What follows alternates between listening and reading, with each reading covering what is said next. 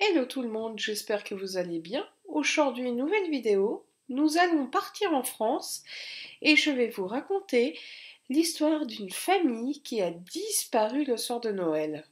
Alors calez-vous bien sur votre canapé avec une couverture car comme vous avez pu remarquer, le temps s'est refroidi et on se retrouve à la fin de la vidéo. Les Méchinots sont une famille banale et sans histoire a priori. Jacques Méchineau a 31 ans au moment de sa disparition. Il est décrit par ses proches et ses collègues comme un homme très travailleur. Il travaille dans les usines de Saint-Gobain. Il ne manque presque jamais une seule journée de travail. Il ne boit jamais, ne fume jamais. Ses amis le décrivent comme un homme droit et honnête. C'est en 1965, à l'âge de 24 ans, qu'il se marie avec Pierrette Méchineau. La jeune femme a 22 ans et lui à l'époque a 24 ans. Très vite, elle tombe enceinte de lui. Au début, Jack n'a pas très bien pris la nouvelle. Ses proches ont dit qu'il aurait menacé de se jeter à l'eau avec sa voiture. Mais quelque temps après, les choses se sont arrangées. C'est devenu une belle vie de famille, celle dont Jack avait toujours rêvé, comme il dira par la suite. Jack et Pierrette ont 2 enfants au moment de leur disparition. Éric, 7 ans, et Bruno, 4 ans. La famille vit à Boutier dans une petite maison pas loin du travail de Jack. Ici, vous pouvez voir la maison des Michino. Pour arrondir les fins du mois, Jack fait des petits travaux de mécanique pendant ses jours de congé. Et Pierrette, elle, est mère au foyer. Ses voisins disent qu'elle s'ennuie un peu car Jack est très peu présent. Et pour combler cet ennui, Pierrette se lie d'amitié avec un voisin. On la voit fréquemment avec cet homme. Il y a des disputes entre elle et Jack, mais elle s'occupe très bien de sa petite famille, Pierrette. Le 24 décembre 1972, les Michino fêtent le réveillon à Cognac chez un couple d'amis, les Fontanillas. D'après ce qu'on sait, la soirée s'est très bien passée. C'était une soirée typique de fête. Eric et Bruno étaient impatients de rentrer chez eux pour ouvrir leurs cadeaux, mais le réveillon a quand même duré plus longtemps que prévu. Monsieur Fontanillas devait travailler à 4 heures du matin et il voulait se coucher tôt. Les Méchinos sont partis qu'à 2 heures du matin malgré l'impatience de leur ami et de Eric et Bruno. Cette nuit-là, il y avait un épais brouillard, ce qui réduisait la visibilité. On ne pouvait voir qu'à quelques mètres devant soi. Mais comme leur maison était proche des Fontanillas, les Méchinots prennent quand même la route, malgré la météo. Ils avaient que 8 minutes à parcourir en voiture pour arriver chez eux. Mais ils n'arriveront jamais chez eux. Ils se sont volatilisés avec leur voiture, une Simca 1100. Le 25 décembre, les Méchinots devaient manger chez Jean-Paul, le frère de Jack. Ce repas n'a jamais eu lieu, mais Jean-Paul ne s'est pas inquiété, puisqu'il n'a pas signalé la disparition de son frère et de sa femme et des enfants.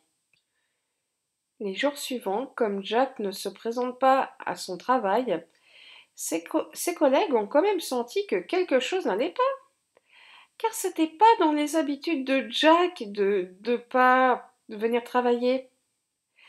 L'enquête commence début janvier. Comme l'entourage était toujours sans nouvelles des Méchinots, ils ont signalé leur disparition.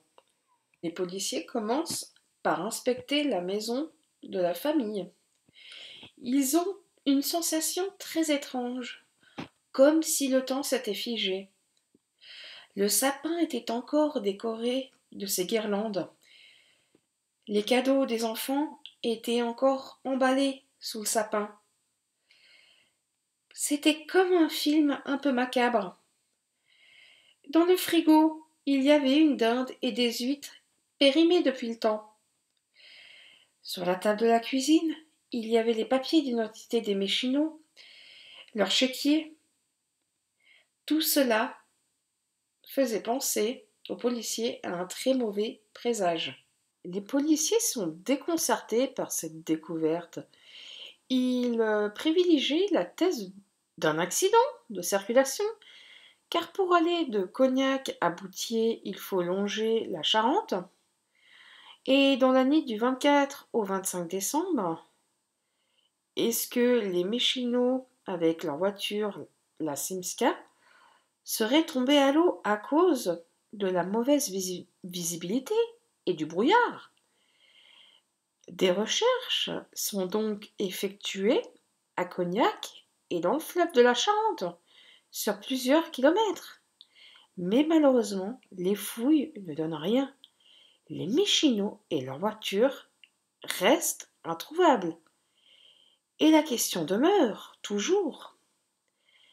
Qu'est-il arrivé à la famille Méchinot cette nuit-là? Je vous montre quand même la photo de la voiture des Méchinots.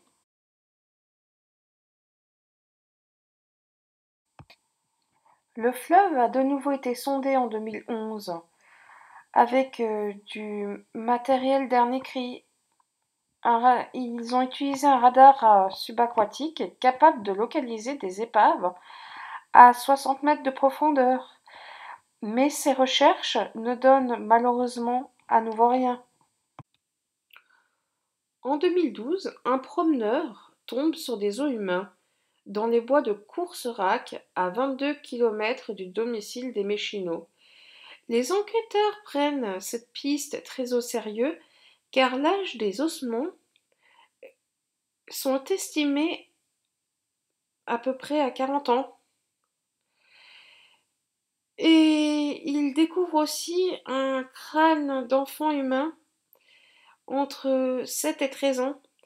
Et le fils aîné des Méchinots au moment de leur disparition était âgé de 7 ans.